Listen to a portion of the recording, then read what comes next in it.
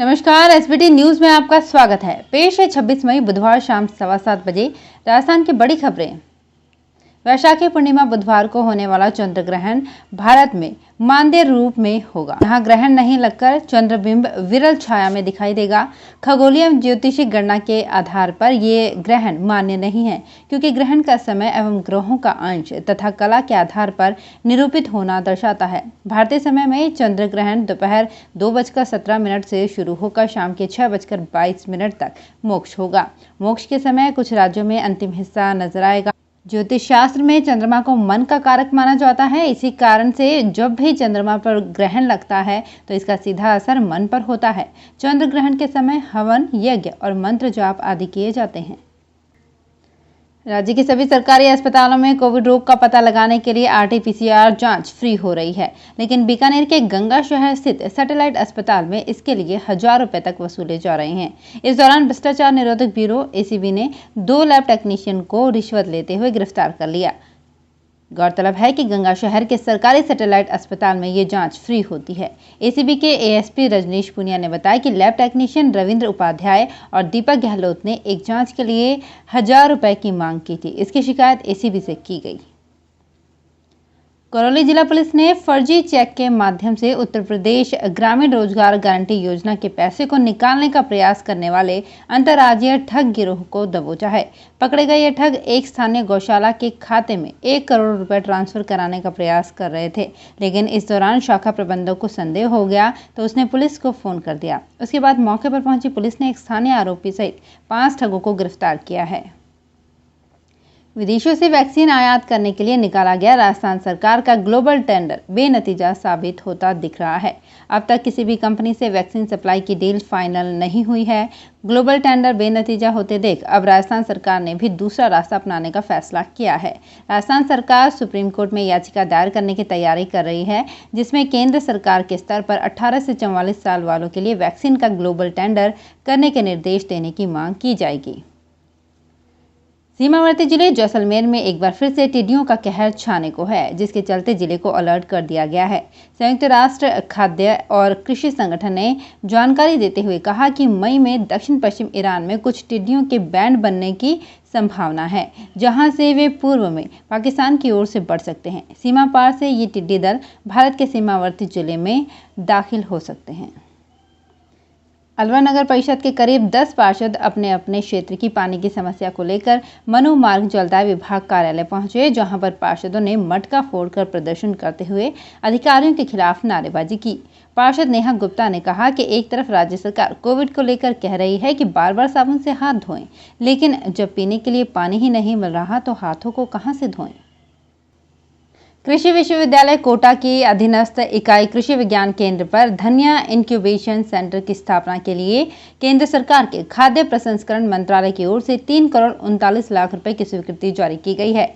एक जिला एक उत्पाद स्कीम के तहत ये सेंटर स्थापित किया जाएगा। इससे हाड़ौती में खाद्य प्रसंस्करण के क्षेत्र में लघु उद्यमों के विकास में सहायता मिलेगी। कोरोना संक्रमण को लेकर मंगलवार देर रात चली समीक्षा बैठक में मुख्यमंत्री अशोक गहलोत ने अस्पतालों, लैब और दवा दुकानदारों की ओर से निर्धारित राशि से ज्यादा राशि वसूलने पर सख्त कार्यवाही करने के निर्देश अधिकारियों को दिए। उन्होंने चिकित्सा एवं स्वास्थ्य विभाग के अधिकारियों को निर्देश दिए कि प्रदेश में कोरोना की तीसरी संभावित लहर का सामना करने की प्रभावी रणनीति तैयार की जाए। बीकानेर में कोरोना के कारण चल रहे लॉकडाउन में जरूरतमंद व्यक्तियों के समक्ष भोजन की समस्या बनी हुई है। जरूरतमंद व्यक्ति बिना भोजन के न रहे, इसके लिए इंदिरा रसोई में अब निःशुल्क भोजन की सुविधा शुरू कर दी गई है। जरूरतमंद व्यक्ति बिना 8 रुपए दिए निःशुल्क भोजन कर सकते हैं। स्वायत्त शासन विभाग के निदेशक दीपक नंदी की ओर से ये निर्देश जारी किए गए हैं। बीकानेर जिले में कोरोना महामारी रोकथाम और हेल्थ इंफ्रास्ट्रक्चर को सुदृढ़ करने के लिए जिले के 7 विधायकों ने गंभीरता दिखाई है। विधायकों की ओर से विधायक निधि कोष से वित्तीय स्वीकृतियां जारी कर मेडिकल उपकरणों की खरीद, ऑक्सीजन जनरेशन प्लांट, एम्बुलेंस सहित ऑक्सीजन सिलेंडर्स की खरीद के लिए जिला परिषद को प्रस्ताव भेजे गए हैं। जिला परिषद के मुख्य कार्यकारी अधिकारी ओम प्रकाश के अनुसार जिले के 7 विधायकों की ओर से 485,83,000 रुपए की अभिशंसाएं की गई है। भीलवाड़ा में भारत संचार निगम लिमिटेड ने उपभोक्ताओं को बीएसएनएल के नाम से आ रहे फर्जी भ्रामक संदेश से सावधान रहने को कहा है।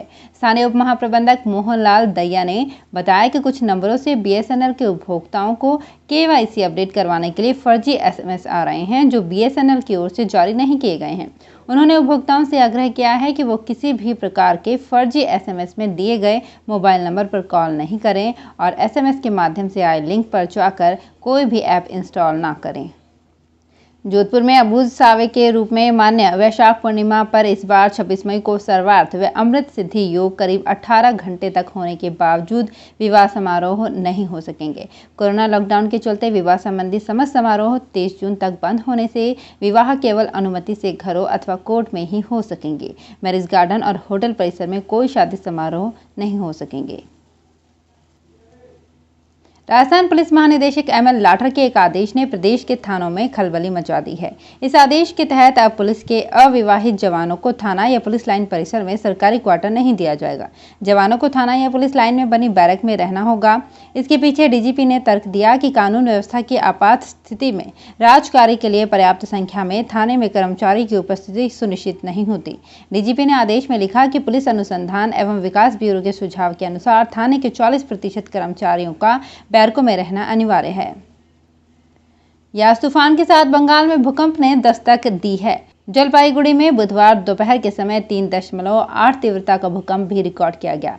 इसका एपिसेंटर माल बाजार में 5 किलोमीटर गहराई पर बताया जा रहा है।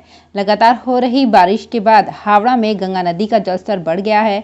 नदी का पानी बेलूर मठ के अंदर भर गया है। इससे पहले तूफान बुधवार सुबह करीब 9 बजे ओडिशा के भद्रक जिले के तट से टकराया। 10:30 से 11:30 के बीच वो दक्षिणी बालासोर के 20 किलोमीटर करीब से गुजरा। इस दौरान 140 किलोमीटर प्रति घंटे की रफ्तार से हवाएं चली। भारतीय वायुसेना की दक्षिणी पश्चिमी वायु कमान स्वेग के air officer commanding in chief air marshal Sandeep Singh ने मंगलवार को जोधपुर और जैसलमेर वायुसेना स्टेशन का दौरा कर ऑपरेशनल तैयारियों का जायजा लिया। इसके साथ उन्होंने कोविड-19 महामारी के संदर्भ में किए गए उपायों और उठाए गए कदमों को भी देखा। स्वैग के एसओसी इन सी का पद संभालने के बाद संदीप सिंह का ये पहला दौरा था।